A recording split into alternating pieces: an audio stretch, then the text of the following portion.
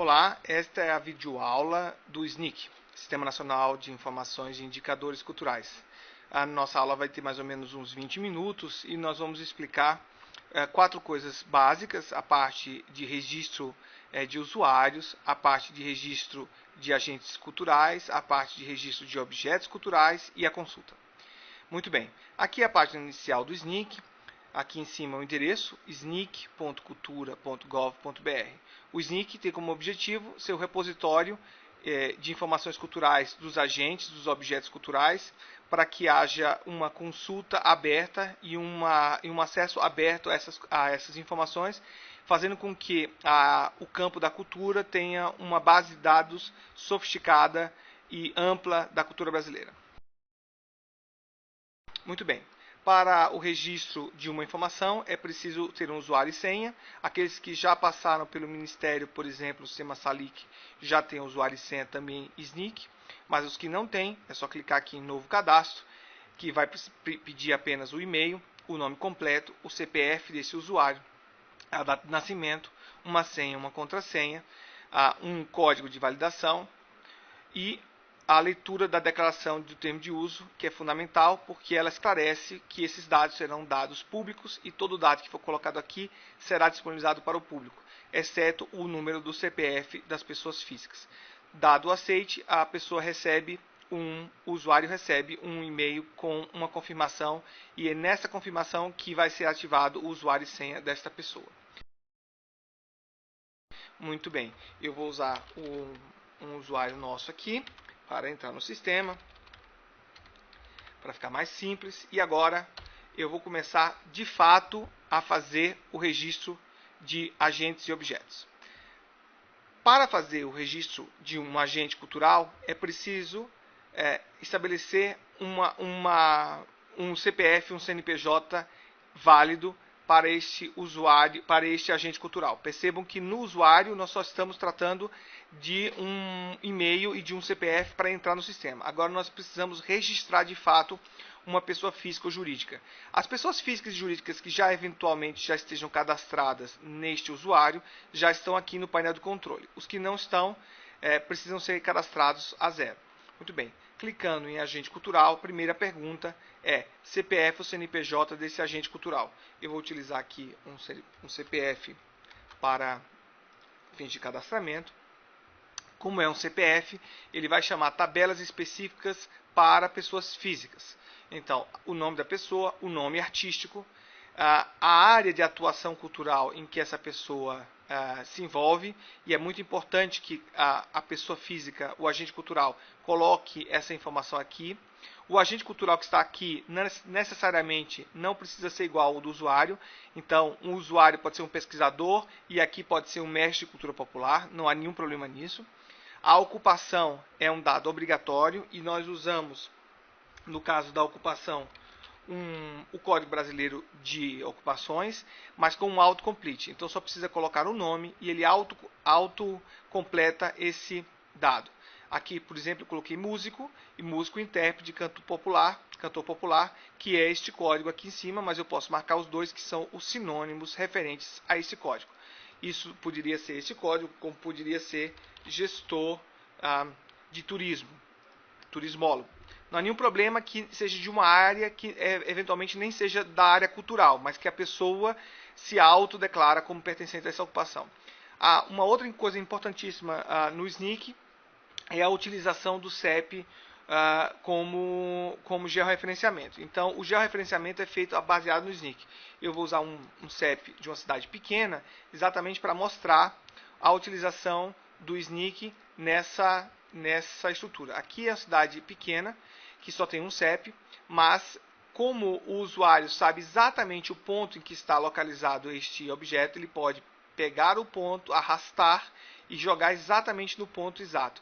Ele pode não só usar isso, como usar o satélite para fazer isso, e pode usar também o Google Street, se a cidade estiver habilitada para esse tipo de informação. Ok?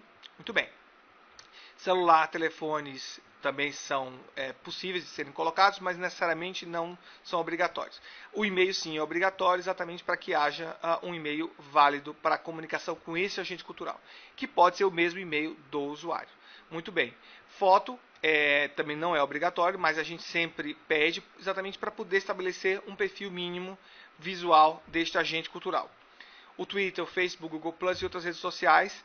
E mais importante de todas essas informações abertas é o currículo, onde o usuário tem total liberdade, num campo cuja extensão não é limitada, para exatamente colocar o máximo de informação possível. E é por dessa parte do currículo que os buscadores, como o Google, Bing e o próprio Snyk, conseguem rastrear pessoas de uma determinada área cultural. Então, se alguém por acaso estiver buscando um músico especializado em um determinado instrumento, é aqui que ele vai buscar essa informação e é aqui que nós vamos buscar localizar essa pessoa. Eu vou voltar para o cadastro, o registro de agentes culturais. Vou colocar um CNPJ só para mostrar que há uma diferença entre cadastro de pessoas físicas e cadastro de pessoas jurídicas. Por quê? Porque aqui nós pedimos o CPF do responsável dessa pessoa jurídica que está aqui em cima. O nome dela, a natureza jurídica dessa pessoa jurídica, se da administração direta, se é empresa, se é organização social. Também a área de atuação, mesmas informações depois que nós fizemos anteriormente, só que não mais currículo, e sim portfólio. Muito bem. O cadastro de agente cultural é fundamental porque ele é que nos habilita a colocar objetos. Ou seja, um teatro que é um objeto, não pode ser cadastrado sem um CPF, um CNPJ para colocá-lo abaixo dele. Então é possível que tenha um CNPJ com vários objetos ligados. Isso vai acontecer muitas vezes com prefeituras, com centros culturais que tem vários objetos dentro dele. Enfim, agora nós vamos entrar no mundo físico, o mundo dos equipamentos, o mundo dos grupos, que não é necessariamente o mundo dos agentes, que são pessoas físicas e jurídicas. Muito bem, eu vou utilizar aqui o CNPJ do Ministério, só para criar um caminho razoável. Como o CPF do Ministério já está cadastrado e ele já tem o seu próprio número Snyk, nesse caso aqui o 2063, e tem órgãos, ou seja, objetos ligados a ele. Então nós temos aqui o objeto Ministério da Cultura, o fato físico em Brasília, no DF, e o objeto Representação Regional Nordeste em Pernambuco. Mas nós poderíamos incluir vários outros objetos ligados a esse CNPJ. Se quisermos checar essa informação, é só clicar em detalhes. Aqui estão todas as informações sobre esse objeto, a localização geográfica e as imagens vinculadas a ele. Muito bem. Percebam que como eu recuperei um dado que não fui eu que cadastrei, eu não posso editar esse dado. Eu apenas usei ele para criar um objeto. E ao criar um objeto, eu vou voltar aqui só para ficar mais claro. Aqui embaixo eu posso incluir novo objeto cultural. Muito bem. Clicando em incluir novo objeto cultural, aparece uma cadeia que a gente chama de árvore de tipos, ou árvore tipológica, na qual você vai ter as grandes famílias de objetos culturais. Por exemplo, equipamentos culturais é uma árvore grande. Por exemplo, bibliotecas. Então, o Ministério tem uma biblioteca. É uma biblioteca pública, na classe biblioteca pública, exceto bibliotecas comunitárias, escolares e universitárias, que estão aqui embaixo. Todos os objetos culturais estão a 3 dígitos e cada uma tem o seu código. Aqui embaixo nós colocamos o nome do objeto, e aí vai ser o nome do objeto que vocês quiserem, Biblioteca do Ministério da Cultura do Brasil. Se ele é físico ou virtual, muitas bibliotecas, por exemplo, hoje já são só virtuais ou são físicas, ou vice-versa. Se é um ponto de cultura, se não é um ponto de cultura, se é um ponto de cultura, um ponto de cultura, se é um pontão ou um pontão. Então ele pode ser uma biblioteca e um ponto de cultura, não há nenhum problema. Mas a nossa nuvem de atuações culturais dessa biblioteca, mais aquela questão do CEP, que eu já havia colocado, as atividades culturais que esse objeto desenvolve, percebe? Lá no agente cultural nós tivemos currículo para pessoas físicas, tivemos portfólio para pessoas jurídicas, e aqui nós temos as atividades culturais desenvolvidas por esse objeto cultural. Maravilha. Aqui um celular para contato, trabalho, aqui é obrigatório, porque temos que ter algum contato comercial com esse objeto, mais um e-mail deste objeto, não do mantenedor, não do agente cultural, mas do próprio objeto. Se houver alguma política de preço, mínimo e máximo estará aqui, mas não é obrigatório. Se houver uma agenda cultural, colocar aqui o endereço da agenda cultural. As informações de preço eventuais que haja, se houver dias mais baratos ou mais caros. Aqui as formas de pagamento, se houver.